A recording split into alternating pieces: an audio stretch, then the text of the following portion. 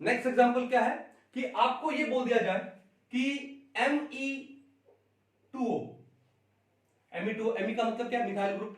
तो di methyl ether क्या है ये?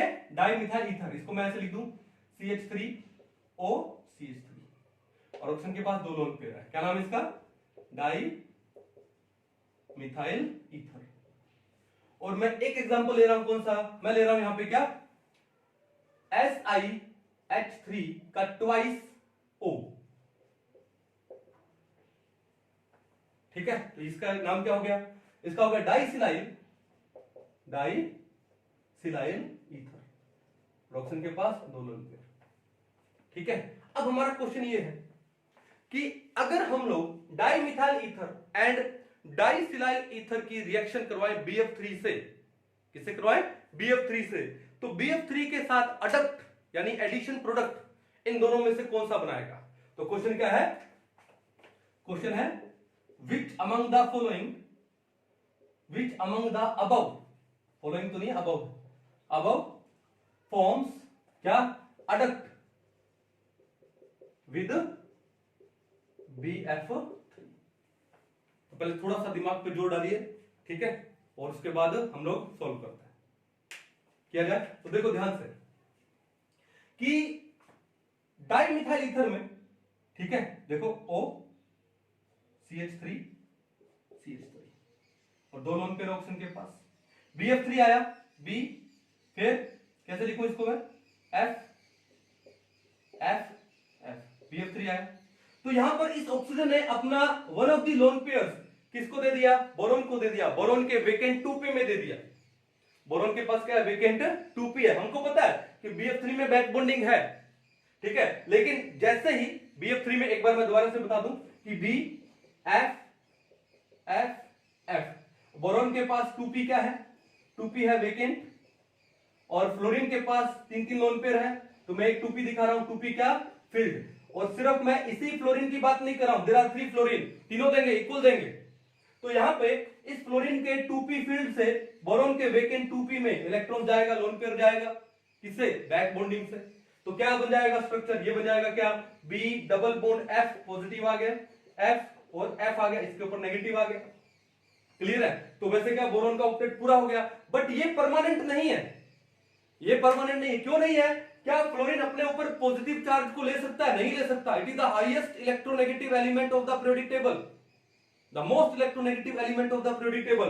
तो पॉजिटिव लेगा नहीं, तो क्या होगा कि कहीं से अगर बोरोन को लोन पेयर मिल गया ना, तो फ्लोरीन ने अपना लोन पेयर वापस ले लेना है।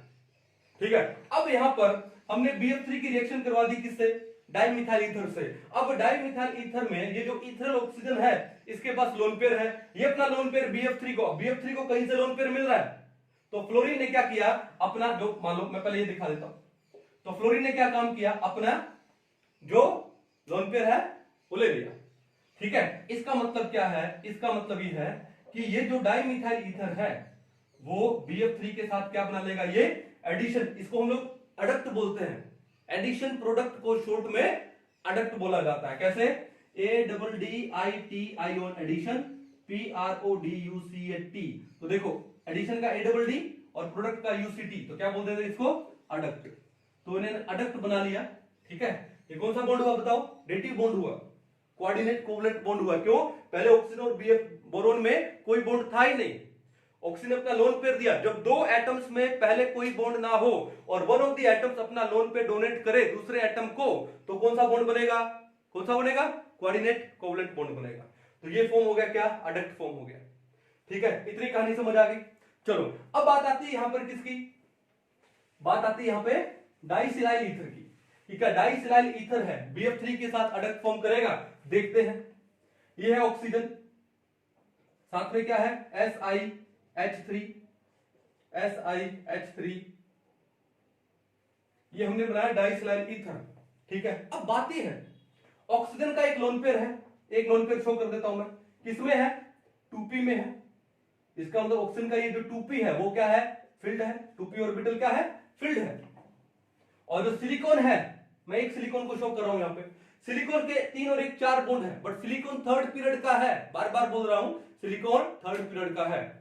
तो इसके 4 ऑर्बिटल तो फुल है, 3s और 3p के 3, तो लेकिन इसका 3d तो वेकेंट है, तो इस सिलिकॉन का वेकेंट 3d क्या है, वेकेंट है। तो क्या होगा कि ये ऑक्सीजन है अपना लोन पेयर किसको दे सकता है, इसके वेकेंट 3d में दे सकता है। तो क्या हो गया, क्या हो गया, बैक बॉन्डिंग।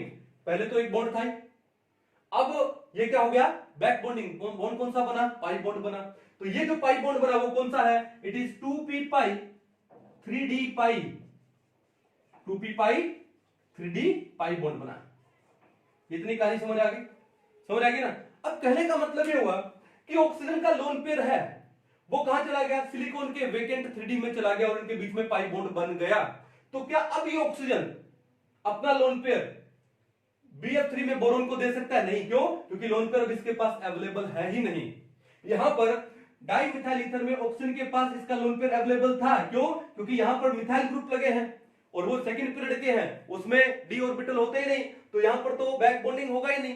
तो लोन पेयर है यहां पर अवेलेबल है डोनेशन के लिए। लेकिन यहां पर डाइसिलाइल ईथर में ऑक्सीजन का लोन पेयर यहां सिलिकॉन के पास चला गया। अब ये नहीं कि एक सिलिकॉन के पास गया इसके पास भी जाएगा, तो इसका मतलब ऑक्सीजन का लोन पेयर उसके पास अवेलेबल ही नहीं है। और जब लोन पेयर अवेलेबल नहीं है तो फिर डोनेशन क्या खाक करेगा। तो क्वेश्चन क्या था, which among the above forms adduct with BF3, answer क्या आएगा, डाइमिथाइल ईथर है वो BF3 के साथ अडक्ट फॉर्म कर लेगा, बट डाइसिलाइल ईथर है it will not form adduct with BF3। मजा आ रहा है, ठीक है, नोट डाउन करो इसको।